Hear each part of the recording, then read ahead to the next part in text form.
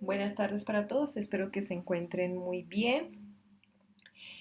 Continuando con nuestro curso de riesgos biológicos, en esta tarde hablaremos de las metodologías que existen para hacer la evaluación del nivel de riesgo biológico y nos concentraremos en la metodología Biogaval por dos razones. La primera es la orientación que nos da el gobierno colombiano hacia la aplicación de esta metodología y segundo, a que es una metodología versátil puesto que se puede aplicar en contextos laborales diversos.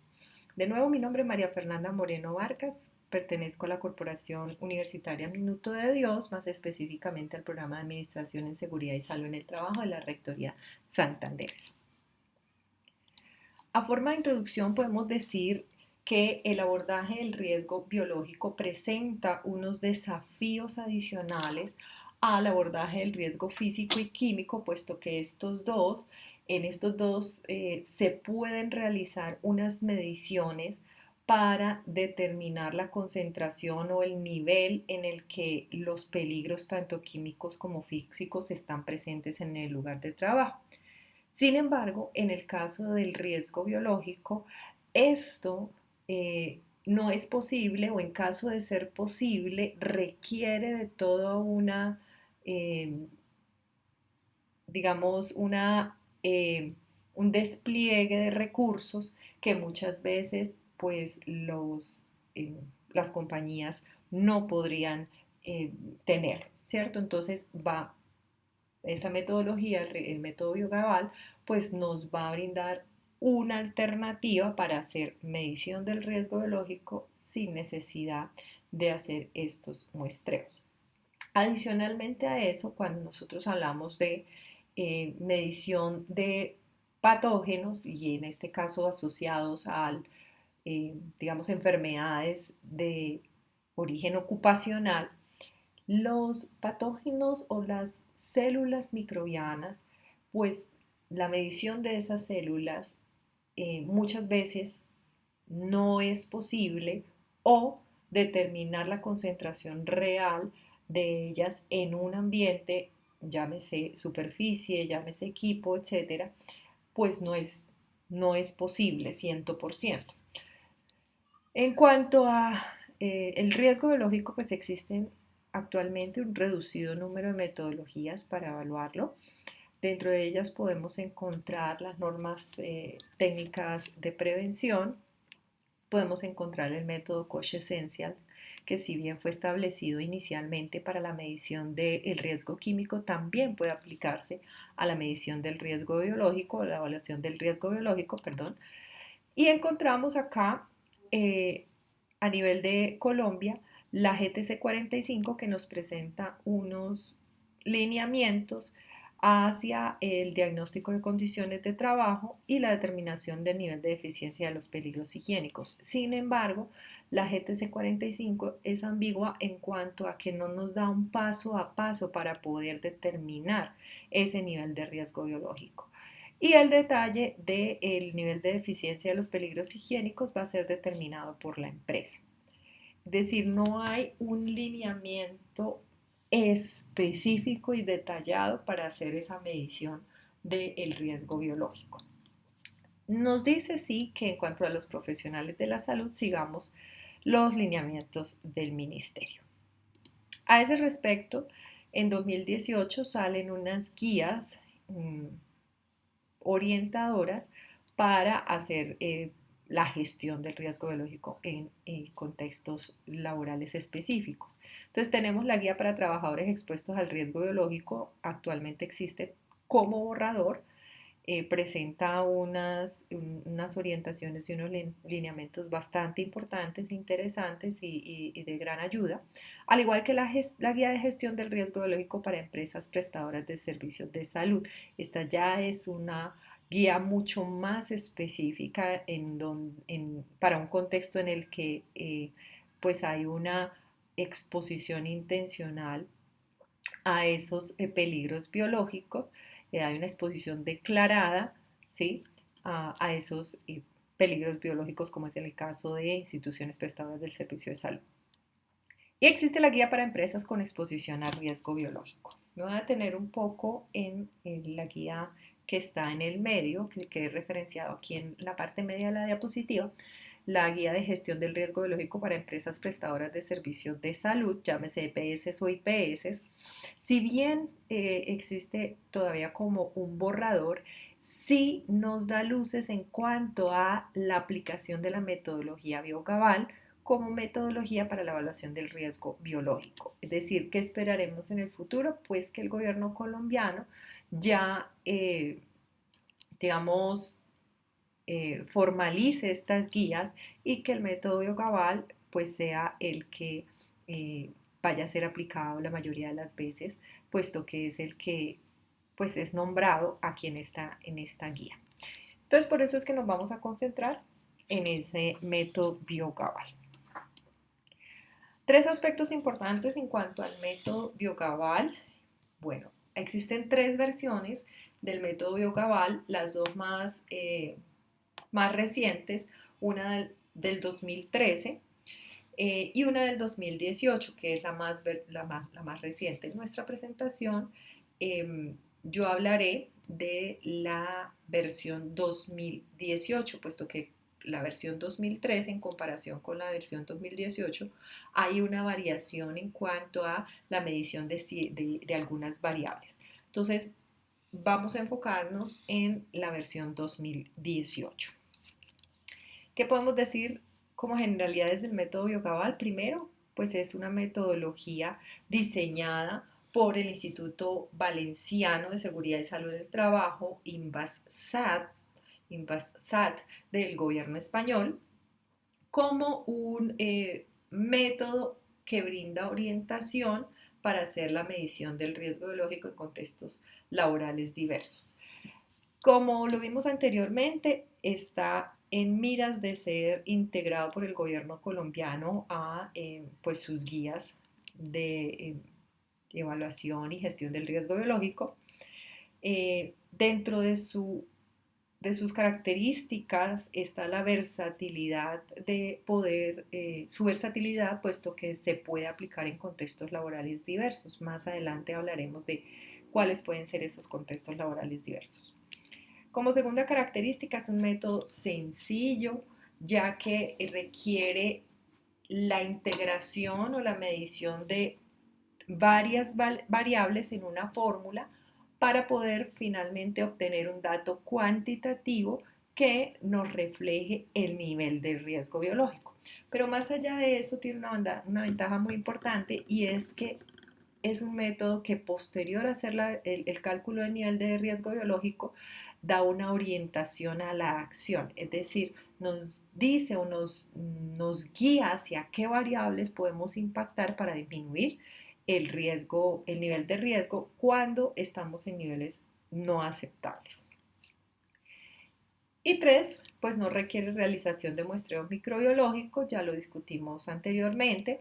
No requiere la aplicación de encuestas, no hay que aplicarle ningún tipo de cuestionarios a los trabajadores, ni instrumentos de recolección de información, aunque sí se puede adaptar una lista de chequeo para hacer ciertas observaciones, y estas observaciones que apoyen la medición de algunas variables. ¿En qué contextos laborales podemos operar la metodología Biogaval? Primero, en el contexto de producción de alimentos, llámese por ejemplo una empresa, eh, una planta de beneficio, animal, una panificadora, pero también, por ejemplo, una grande superficie de tipo supermercado, también se puede aplicar allí la metodología Biogaval.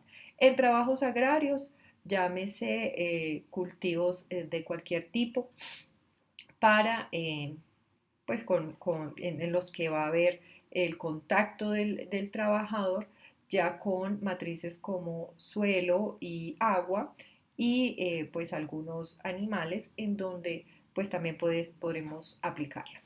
En el campo de la producción animal, bovina, porcina, caprina, etcétera, pero también en el área de uso de productos de origen animal, uso, generación o manufactura de productos de origen animal. ¿Qué podríamos incluir acá? Por ejemplo, los cutiembres, que son los que toman la materia, digamos, los productos de desecho de esta primera proceso, producción animal, como los cueros, y los toman como materias primas para producir, por ejemplo, productos de marroquinería. En el campo de la asistencia sanitaria, IPS y servicios o centros de salud, unidades de eliminación de residuos, como todas aquellas empresas que se dedican a la gestión y disposición final de residuos, por ejemplo, biológicos, residuos químicos, etcétera. Pero también las plantas de tratamiento de aguas residuales, las PETAR, también el método puede llevarse a cabo allí. Y en laboratorios clínicos o de investigación, ya sea humana o animal. El proceso. A grandes rasgos, el proceso implica tres pasos. El primer paso es la determinación de los puestos a evaluar. ¿Qué quiere decir eso? Desde ya la metodología nos está indicando que no puedo hacer una evaluación del riesgo biológico a nivel de empresa, porque no todos los puestos, no todos los trabajadores en todos los puestos o en todos los cargos tienen el mismo nivel de exposición a los microorganismos que pueden causarles daño, ¿cierto? Y que pueden estar presentes en el lugar de trabajo. Es decir, si tomamos como ejemplo un servicio de urgencias, el riesgo para el vigilante va a ser diferente al riesgo que va a tener, por ejemplo, la persona que hace el ingreso, un auxiliar administrativo, que haga el ingreso del paciente, que tome toda la documentación, va a ser diferente, por ejemplo, a un enfermero de servicio de urgencias, va a ser diferente a, por ejemplo, un urgenciólogo o un médico de urgencias. Entonces, desde ya nos está diciendo la metodología que por cada puesto a evaluar se van a operar estos cinco pasos, de forma individual. En el segundo paso, identificación del agente biológico implicado, fíjense que ya también la metodología nos está orientando y nos está aclarando que no es una evaluación generalizada de los peligros biológicos, sino que por cada puesto a evaluar debe identificarse los posibles microorganismos patógenos que puedan causarle daño a este trabajador, y por cada microorganismo identificado debe operarse también toda la metodología. Esto es, por ejemplo, en el servicio de urgencias para el vigilante se determinó que uno de los posibles patógenos es el SARS-CoV-2, pero también, por ejemplo, el virus de la influenza o pues, la bacteria Salmonella. Para cada uno de estos tres tendría que hacerse los cinco pasos, es decir, la evaluación individualizada. En el paso número 3 ya nos dice entonces el método, cuando ya haya escogido el puesto de evaluar y el agente biológico, entonces cuantifique las variables para determinar el riesgo.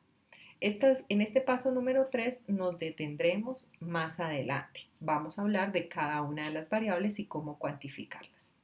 Una vez que tengamos esas variables, vamos a determinar las medidas higiénicas adoptadas. La metodología, el documento como tal, ya nos trae toda una lista de medidas higiénicas posibles que pueden ser de utilidad a la hora de evaluar cada puesto, ¿cierto? No todas van a ser aplicables a todos los puestos y no todas van a ser aplicables a todos los microorganismos.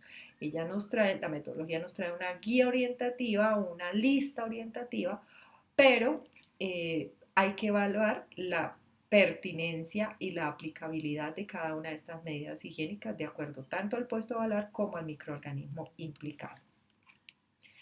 En el paso número 5, entonces ya nos dice calcule e interprete el nivel de riesgo, es decir, calcule, obtenga el dato numérico, el dato matemático e interprete, es decir, que la metodología tiene integrada esa interpretación. Ya ahorita más adelante lo vamos a ver. Bueno, les decía, vamos a detenernos acá en el paso número 3, que es la cuantificación de variables.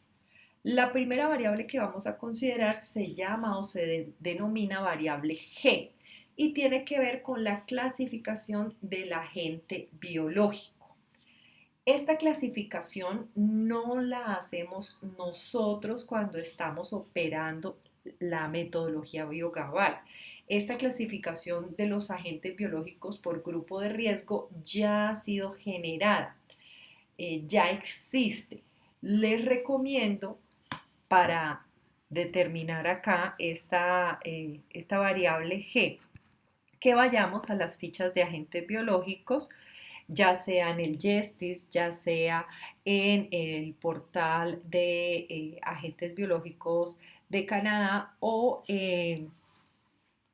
también podemos ir al del gobierno al de español, al gobierno de Canadá o al gobierno de Alemania, en donde vamos a encontrar las fichas de agentes biológicos y la ficha de agente biológico trae integrado un numeral o un descriptor que se llama clasificación por grupo de riesgo.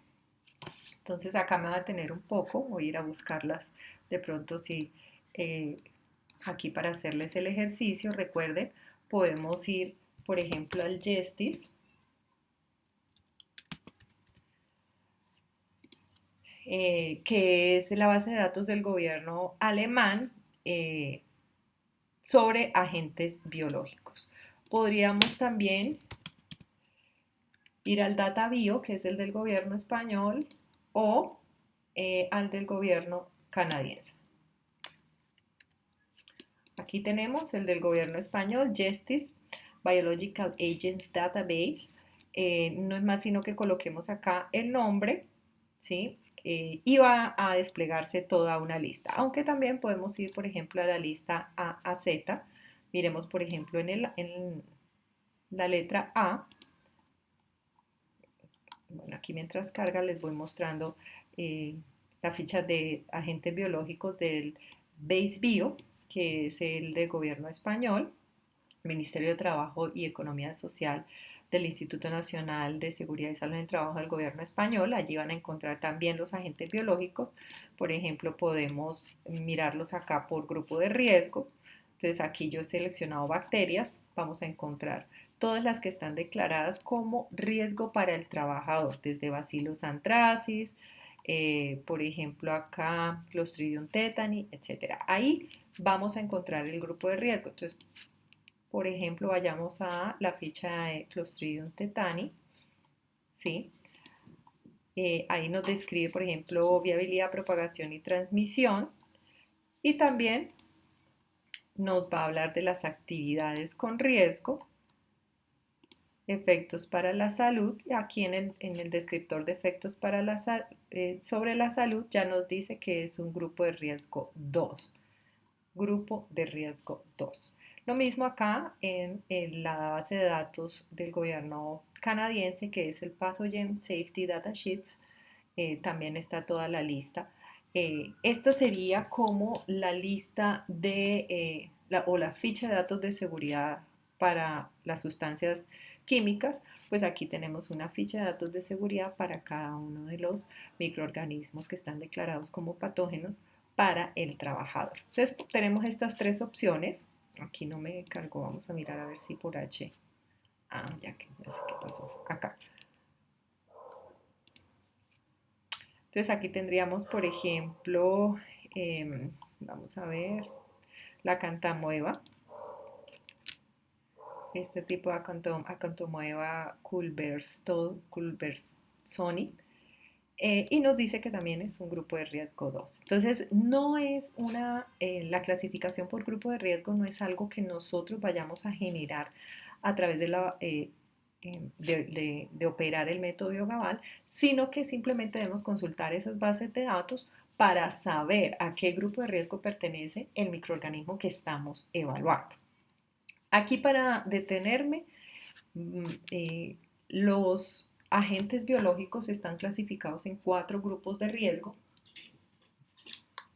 dependiendo del riesgo que implique para el individuo, el riesgo que represente para la comunidad y la posibilidad de profilaxis o tratamiento. Recordemos, profilaxis es ese tratamiento médico antes de que se desarrolle la enfermedad y el tratamiento, pues cuando ya se ha desarrollado o la enfermedad o la infección, ¿cierto? Entonces hay 4 grupos de riesgo.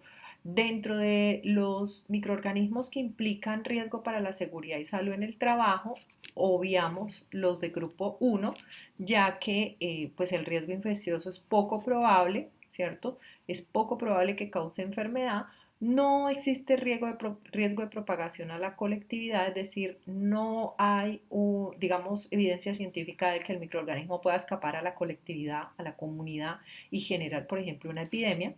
Y por tanto, pues el tratamiento o profilaxis es innecesario. ¿Qué microorganismos incluiríamos acá? Por ejemplo, las bacterias que se utilizan para hacer el yogur, por ejemplo, la levadura que se utiliza para hacer la cerveza, entre otros. Entonces nos vamos a concentrar en los grupos 2, 3 y 4. En el grupo 2 se han incluido todos aquellos microorganismos que pueden,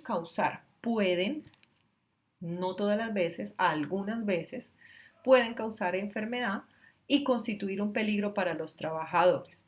Es poco probable, sin embargo, que el microorganismo pueda escapar a la colectividad y la profilaxis o el tratamiento o los dos son posibles generalmente. Esto va a depender pues, de cada microorganismo. En los microorganismos de grupo 3 se les describe como que pueden provocar enfermedad grave. Ya no es cualquier enfermedad, sino una enfermedad grave en el trabajador y constituir un serio peligro para su salud. Es probable, no es poco probable, sino probable que el microorganismo pueda escapar a la colectividad y generar un daño o un evento de salud pública, es decir, una epidemia, eh, o una pandemia, etcétera. Sin embargo, la profilaxis y el tratamiento también son posibles generalmente. A los microorganismos de grupo 4, se les considera como microorganismos que provocan una enfermedad grave, es decir, no existe la posibilidad, no es que puedan provocar, sino que provocan una enfermedad grave y constituyen un peligro serio para los trabajadores. El riesgo para la colectividad es elevado y no existe tratamiento ni profilaxis conocida en la actualidad. En Colombia, pues no manejamos, digamos, no hay laboratorios que manejen microorganismos de grupo de riesgo 4, ¿sí? Aquí incluiríamos, por ejemplo, el virus del ébola, ¿sí? Que es un virus que es altamente infeccioso, su dosis infectiva es baja, constituyen un peligro grave, ¿sí? Un peligro considerable, alto para el individuo y para la comunidad y no se conoce, no hay todavía tratamiento o profilaxis para esta infección. Entonces, dependiendo de ese grupo de riesgo, digamos que el microorganismo es el virus de la influenza o una Escherichia coli, ¿sí? Y digamos que pertenece al grupo número 2. Entonces, esa variable G dentro de la fórmula va a ser puntuada, ¿sí? Con un valor numérico de 2. Miremos la siguiente variable. Se describe como variable T porque tiene que ver con la vía de transmisión. A este respecto tenemos 3 posibles vías. Recuerden que en clase hemos mirado que vía de transmisión es diferente a vía de ingreso. Por favor, repasar las diferencias entre los dos. La vía de transmisión tiene que ver con aquello de lo cual echa mano el microorganismo para pasar desde un hospedero infectado hasta un hospedero susceptible, mientras que la vía de ingreso es esa localización anatómica que utiliza el microorganismo para ingresar al organismo, ya sea la vía respiratoria, dérmica, digestiva u oral, etcétera, conjuntival, entre otras. Entonces, para las vías de transmisión tenemos 3 posibles vías, la vía indirecta, la vía directa y la vía aérea. Si ustedes se fijan acá, la puntuación de la vía indirecta y directa es la misma, 1 y 1, pero para la vía aérea ya aumentamos ese dato numérico, puesto que representa mucho mayor riesgo. Hablemos un poquito de la vía indirecta. La vía indirecta tiene que ver con la eh, capacidad que tenga el microorganismo para ir desde un hospedero infectado hacia un hospedero susceptible utilizando vehículos de transmisión llamados vectores o fómites cuando este vehículo de transmisión es un objeto inanimado. Entonces, teléfonos, dinero, utensilios de cocina, aquí les he puesto por ejemplo, instrumentos musicales, objetos inertes, superficies, paredes, manijas, etcétera, perillas, se convierten en fómites, que son vehículos de transmisión inerte, es decir, un hospedero infectado va a entrar en contacto con estos objetos inanimados, el microorganismo va a quedar allí y al ser utilizados por un hospedero susceptible, es decir, aquel que no tiene la infección, pues el microorganismo ya puede, si logra encontrar la vía de ingreso, pues podría generar una infección. En el caso de aquellos vehículos vivos, no los vamos a llamar fómites, sino que los vamos a llamar vectores. Entonces recordemos las famosas enfermedades transmitidas por vectores, que para el caso de Colombia pues tenemos muchas. Chagas, lesmania, dengue, zika, chikungunya, fiebre amarilla, malaria, ¿sí? Entonces, ¿por qué se llaman enfermedades transmitidas por vectores? Porque utilizan eh, seres vivos, en este caso, pues insectos, para transmitirse desde un hospedero infectado hacia un hospedero susceptible. En algunos casos, inclusive, el microorganismo hace parte cierta parte de su ciclo de vida dentro de ese vector. ¿Cierto? Ese es el modo de transmitirse o de trasladarse el microorganismo. Entonces, cuando el microorganismo utiliza la vía indirecta, ¿cierto? Ya sea a través de objetos inanimados o superficies, etcétera, o vectores, esa variable t la vamos a puntuar como 1. Cuando es una vía de transmisión directa, es decir, cuando la transmisión implique tocar, morder, besar, tener relaciones sexuales o una proyección directa, por ejemplo, la persona tose y a la persona, al hospedero susceptible le caen esas gotitas en los ojos, nariz o la boca, ¿cierto? O alguna vía de ingreso, una vía que pueda utilizar el microorganismo para ingresar, lo vamos a llamar vía de transmisión directa. Es decir, se requiere un contacto cercano para que el microorganismo pase directamente desde el hospedero infectado hacia el hospedero susceptible sin la necesidad de utilizar ninguno de estos vehículos.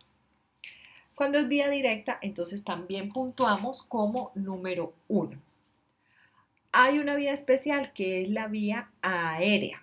La vía aérea implica la diseminación del microorganismo a través de aerosoles, ¿cierto? Que son pequeñas partículas que pueden ser de 1 a 5 micras, ¿sí? Que van a penetrar fácilmente los alvéolos pulmonares. Pero ¿cuál es la particularidad aquí? Que no implica un contacto cercano, es decir, esas partículas, al ser tan pequeñas, repito, de 1 a 5 micras, pueden ser arrastradas por el flujo de aire, ¿sí? Por el flujo de aire. Entonces vamos a decir 2 metros o 1.5 metros o, bueno, para cada microorganismo, eso va a depender también de muchas condiciones ambientales, ¿cierto? Entonces son gotitas o partículas que van a ir a través del aire desde el hospedero infectado hacia el hospedero susceptible. Ahora, hay microorganismos, y esto también lo vamos a corroborar en las fichas de agentes biológicos, que pueden utilizar la vía indirecta, pero que también pueden utilizar la vía directa o que pueden utilizar la vía aérea. Entonces, dependiendo de cuántas vías utilice el microorganismo, vamos a hacer la sumatoria.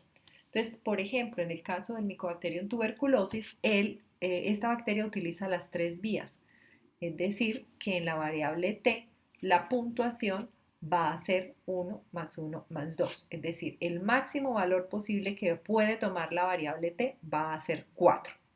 Pero va a depender de cada microorganismo. Hay microorganismos que se transmiten de forma indirecta, entonces la variable t va a tener 1. ¿Sí? Va a tener un valor de 1. Y así sucesivamente. Si implica también la vía directa, pues le haremos la sumatoria. Si implica la vía aérea, haremos la sumatoria. Repito, nosotros no determinamos por qué vía de transmisión se transmite el microorganismo. Esto ya está descrito y la información la encontramos en las fichas de agentes biológicos. La variable P, que en la versión pasada se denominó P porque se consideraba solo la prevalencia, en esta nueva versión 2018 considera en algunos casos la prevalencia y en otros casos la incidencia.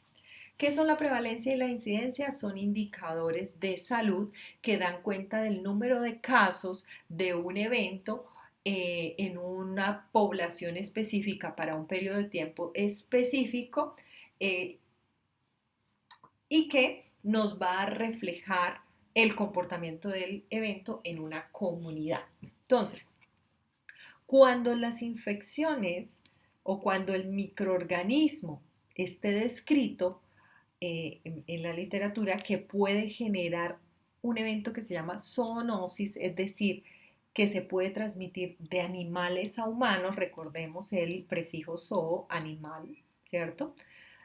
Una infección que puede transmitirse de animales a humanos, entonces nos dice la metodología, considere la prevalencia como por porcentaje. ¿Dónde vamos a buscar datos de prevalencia? De nuevo, esto no es algo que nosotros vayamos a determinar. ¿Cuál es la prevalencia? Vamos a hacer un estudio para determinar la prevalencia de, por ejemplo, toxoplasmosis en el departamento de Santander o en Bucaramanga, ¿sí? Para poder hacer el método Biogal. No, los datos, estos datos son datos epidemiológicos que ya están descritos. Podemos utilizar, en el caso de zoonosis, documentos emitidos por el ICA, que es el Instituto Colombiano Agropecuario, o por el Instituto Nacional de Salud, ¿cierto? Podemos echar mano, por ejemplo, de los datos descritos en el Civigila 4.0 u otros sistemas de vigilancia, o en dado caso que no existan reportes sobre, pues en estas bases de datos o en estas páginas o en estas instituciones de las que les estoy hablando, tendríamos que echar mano de literatura, siempre y cuando podamos encontrar descrita la prevalencia para la población, digamos, más cercana al contexto laboral que estamos evaluando. Es decir, si estamos evaluando una empresa de Bucaramanga, pues tratar de obtener datos de Bucaramanga, si no se consiguen de Santander y si no, pues de Colombia. Pero tendrían que ser datos nacionales. Entonces, cuando la prevalencia de esa enfermedad es menos del 1%, ¿cierto? Es decir, menos de un caso por cada, menos del 1%, ¿cierto? Con el coeficiente de multiplicación por 100, acuérdense, por eso es por ciento. Entonces le vamos a dar la puntuación de 1. Vamos a reemplazar acá por un valor numérico de 1. Si la prevalencia, vamos a decir prevalencia de toxoplasmosis en Bucaramanga o Santander está entre el 2 y el 25%, entonces vamos a darle un valor de 2 y así sucesivamente, entre 26 y 50% un valor de 3 y más pues de 51 hacia arriba vamos a darle un valor de 4. Fíjense que cuanto más aumenta la prevalencia, mayor será la puntuación y esto es lógico puesto que el individuo, en este caso nuestro trabajador, tendrá una mayor posibilidad de encontrarse con un caso, ¿sí? Pues de esta infección eh, más cercana o más probable. ¿Listo? Ahora, ¿qué pasa si el evento no produce zoonosis? Es decir, el microorganismo no utiliza hospederos animales eh, o transmisores animales, vectores, etcétera. ¿Sí? Entonces, lo que vamos a hacer es utilizar la incidencia. Incidencia. La incidencia habla del número de casos nuevos para un periodo de tiempo, mientras que la prevalencia habla del número de casos totales, ya sean nuevos o antiguos, para un periodo de tiempo. Esa es la diferencia entre prevalencia e incidencia. Entonces, cuando el evento no desencadene zoonosis, ¿sí? O no se ha transmitido al humano por medio de un proceso de zoonosis, vamos a considerar la incidencia. Si esa incidencia, y fíjense que aquí ya no hablamos de porcentaje, ¿sí? Porque no estábamos hablando de un coeficiente de multiplicación por 100, sino por 100.000, entonces ya no vamos a hablar de porcentaje. Entonces una incidencia menor de 1, ya está ahí, menor de 1, vamos a darle una puntuación de 1. Si está entre 1 y 500, fíjense que ya no es porcentaje, de 1 a 500 vamos a darle un valor de 2. Si es entre 501 y 999, un valor de 3. Y si está entre 1000 o más de 1000, vamos a darle un valor de 4. Ojo, recuerden que estamos calculando el nivel de riesgo. Entonces, acá en estos numerales, en esta puntuación de 4, ¿por qué ponemos 4? Porque el hospedero susceptible va a estar en más riesgo de encontrarse con un caso, ¿cierto? O con el microorganismo, porque está circulando, ¿sí? Mucho más en la población. La siguiente variable es la variable B. Y la variable B, al igual que la variable relacionada con las medidas higiénicas, es una variable que se comporta inversamente proporcional al riesgo. ¿Qué quiere decir eso? Que cuanto mayor sea el porcentaje de trabajadores vacunados contra ese microorganismo específico, y en el caso de que exista y de que la vacuna prevenga la infección, entonces eh, la variable B va a disminuir el riesgo. Cuanto mayor sea la variable B, menor va a ser el nivel de riesgo biológico. Entonces, ojo, en el caso de la variable B tenemos que considerar que la vacunación, ¿cierto? Tiene que ser completamente eficaz, ¿cierto? Tiene que ser eficaz en prevenir la infección. En los casos en los que la vacuna no es completamente eficaz, entonces debe calcularse el porcentaje de personal, ¿sí? Que se encontraría protegido y se aplicaría esta tabla. ¿Listo? Entonces, esta tabla tiene que ver con el número de trabajadores vacunados, la población vacunada, pero la población no, digamos, de la ciudad o el departamento o el país, no, la población de su empresa que esté vacunada contra ese patógeno específico. Si usted tiene más del 90% de sus trabajadores vacunados, miren que acá es completamente opuesto a lo anterior, a la variable anterior. Si está más del 90% de sus trabajadores vacunados, den una puntuación de 4. Si está entre 70 y 90, una puntuación de 3. Si está entre 50 y 69, una puntuación de 2. Y si es menos del 50%, pues entonces solo colóquele una puntuación de 1. ¿Por qué? Porque la metodología considera que tener un 50% de trabajadores vacunados pues no va a ser lo mismo al 90%. Cuanto más trabajadores vacunados tenga, más protegida va a estar su contexto laboral. Ahora, variable F. La variable F tiene que ver con la frecuencia de realización de tareas de riesgo. Recuerden acá que nosotros ya tuvimos un ejercicio dentro del proyecto de aula en donde debíamos describir las principales actividades de ese contexto laboral en el que estamos trabajando, las principales actividades donde el trabajador tenga exposición al riesgo biológico, las más críticas. Dicho de otra manera, si estamos evaluando, volvemos al caso de servicio de urgencias, auxiliar de enfermería, todo en su horario laboral, todas las actividades implican pues, exposición a los agentes patógenos, no, no todas. No todas son igualmente críticas. Por ejemplo, bañar al paciente lo es, mientras que digitar la historia clínica no lo es. Entonces, ¿qué nos pide la metodología? Primero analice cuáles son las tareas de riesgo y determine qué tiempo durante la jornada laboral, ¿sí? Cuál es el porcentaje dentro de la jornada laboral que se dedica a realizar esas tareas de riesgo. Ahora, ¿qué nos dice la metodología? Que cuando el individuo, ¿sí? Cuando el puesto de trabajo requiere que el trabajador esté menos del 20% del tiempo de la jornada laboral expuesto a esas tareas de riesgo, pues lo cual implica que sea raramente, dele una puntuación de 1. Pero si está entre el 20 y el 50% del tiempo, dele una puntuación de 2. Si está entre el 51 y el 80, aquí no es menos de 51, no. Si está entre 51 y 80% del tiempo, le vamos a dar una puntuación de 3. Y si es más del 80% del tiempo, dele una puntuación de 4, ¿cierto? A esta variable F. Vamos a la variable de medidas higiénicas. Esta variable la describimos como MH.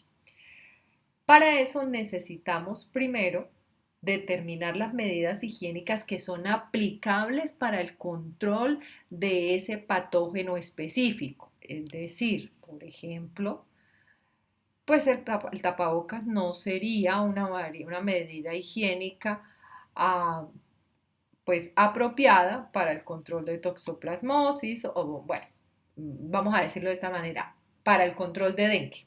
El tapabocas no sería una medida apropiada o de impacto para el control de dengue, ¿cierto?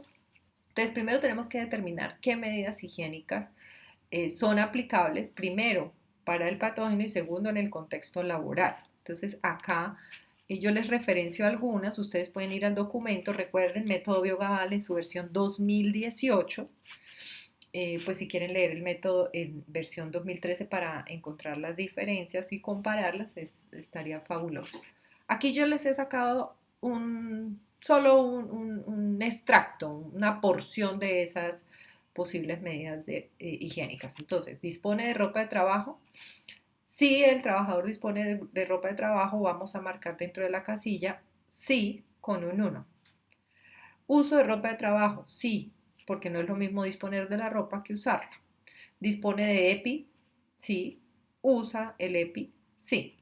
Ahora, cuando no es aplicable esa medida, pues entonces simplemente la vamos a sacar, porque al final lo que nosotros vamos a hacer es una sumatoria y vamos a calcular el porcentaje de medidas higiénicas aplicables que efectivamente se llevan a cabo en la empresa. Entonces, dejar medidas que no son aplicables van a disminuir la determinación cuantitativa de la variable, ¿sí? Dispone del lugar para almacenar los EPIs, sí o no. Controla el correcto funcionamiento de los EPIs, sí o no. Limpia la ropa de trabajo dentro de la empresa o esa limpieza está a cargo del empresario, sí o no. Se dispone de doble taquilla, se dispone de aseos, esto sería pues, por ejemplo, baterías sanitarias, duchas, etcétera. Aquí yo les he sacado solamente algunas, pero ustedes pueden corroborar la lista completa y en el caso en donde haya una medida aplicable que no esté escrita en la lista, pues se puede adicionar también. De tal manera que, por ejemplo, si hay 10 medidas aplicables o si hay 20 medidas aplicables, pero solamente, digamos, la mitad se están llevando a cabo en la empresa, pues entonces estaríamos con una puntuación de 1. ¿Sí? Ojo, aquí está la tabla. La metodología que nos dice, si usted aplica menos del 50% de las medidas higiénicas aplicables o si usted lleva a cabo menos del 50% de las medidas higiénicas aplicables, es como si usted no estuviera haciendo nada. Su variable se va a comportar como 0. Si aplica entre el 50 y el 79, va a tener una puntuación de 1. Si está entre el 80 y el 95%, aplique 2 o puntúe como 2. Y si está con más del 95%, puntúe como 3. Fíjense que esta esta escala de puntuación no va de 1 a 4, sino de 0 a 3. Ahora sí, aquí tenemos toda la fórmula completa. El riesgo va a ser igual al grupo de riesgo. Recuerden que esto ya está descrito en la literatura. Vamos a corroborar las fichas de agente biológico. La vía de transmisión, también algo que ya está descrito, ¿cierto? El indicador de salud, ya sea prevalencia o incidencia, la frecuencia de realización de tareas de riesgo, la vacunación y las medidas higiénicas. Miren acá los signos. ¿Cuáles se comportan directamente proporcional al riesgo? Grupo de riesgo, vía de transmisión, prevalencia o incidencia y frecuencia de realización de las tareas de riesgo. Todas estas variables aumentan el riesgo. Mientras que vacunación y medidas higiénicas, ¿qué hacen? Disminuyen el riesgo. Entonces, cuando usted ya tenga todas las variables calculadas, al final calcula el R total. De tal manera que se puede interpretar ese dato numérico al estar dentro de dos posibles zonas. El nivel de acción biológica o el límite de exposición biológica. Entonces, en el caso de el nivel de acción biológica, y ya les explico acá, en el caso del nivel de acción biológica, se llegará a este nivel cuando el riesgo tome un valor de 8 o valores superiores. En este caso, se requiere la adopción de medidas preventivas para reducir la exposición, mientras que cuando el riesgo toma un valor de 12 o valores superiores, usted está en el límite de exposición biológica. ¿Y qué nos dice la metodología? Nos dice que esto representa situaciones de riesgo intolerable, es decir, se requieren medidas correctivas inmediatas.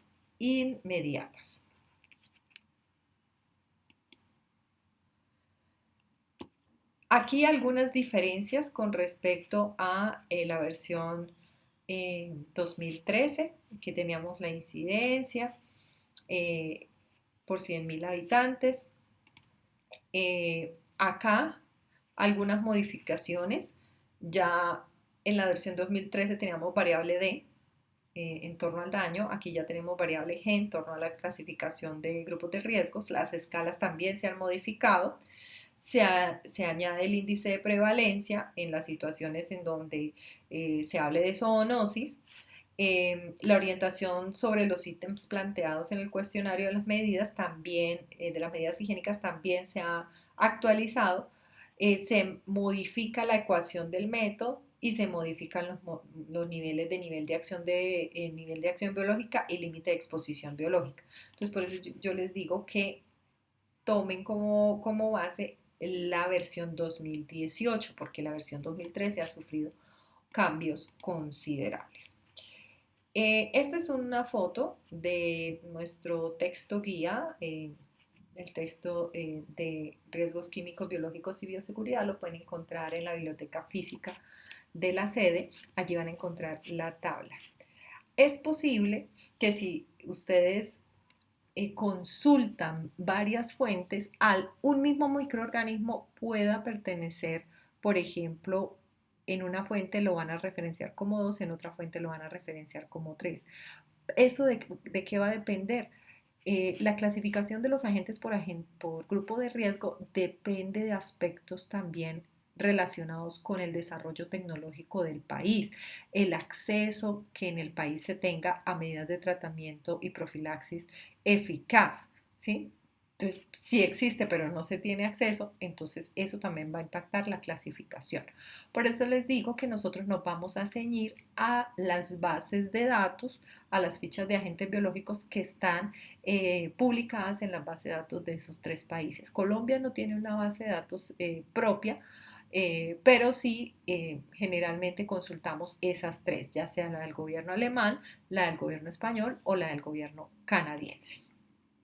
Esta era la versión 2013 en donde la variable se llamaba daño, ahora se llama grupo de riesgo, ¿sí? y tenía que ver con las secuelas que dejaba la infección, pero esto ya ha cambiado. Entonces, por eso vuelvo y les hago la aclaración, consultar la versión 2018. Aquí también la vía de transmisión, la escala de puntuación se ha cambiado.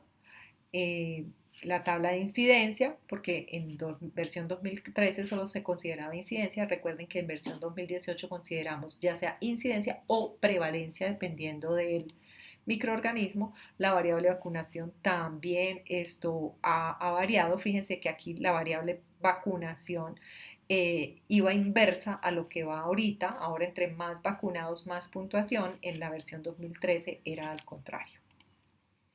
Y la frecuencia de realización de tareas de riesgo también, la escala numérica ha cambiado. Las medidas higiénicas también y la interpretación del nivel de riesgo biológico también. Entonces nos quedamos hasta aquí con la versión 2018, en donde llegamos a un nivel de acción biológica con valores de 8 o superiores y a un límite de exposición biológica con valores de 12 o superiores. ¿Listo? ¿Qué quiere decir eso? Que valores de 11, 10, 9, 8 estarían en NAB y valores de 12 o superiores estarían en LEB, lo cual es intolerable. Bien, con eso terminamos digamos, nuestra clase suplementaria respecto a las metodologías para la evaluación del riesgo biológico. Eh, Cualquier pregunta, por favor, déjenmela a través del foro de dudas. Estaré comentándoles o aquí abajo para pues el personal que no sea comunidad universitaria que pueda utilizar el chat de YouTube. Muchas gracias por su atención y hasta luego.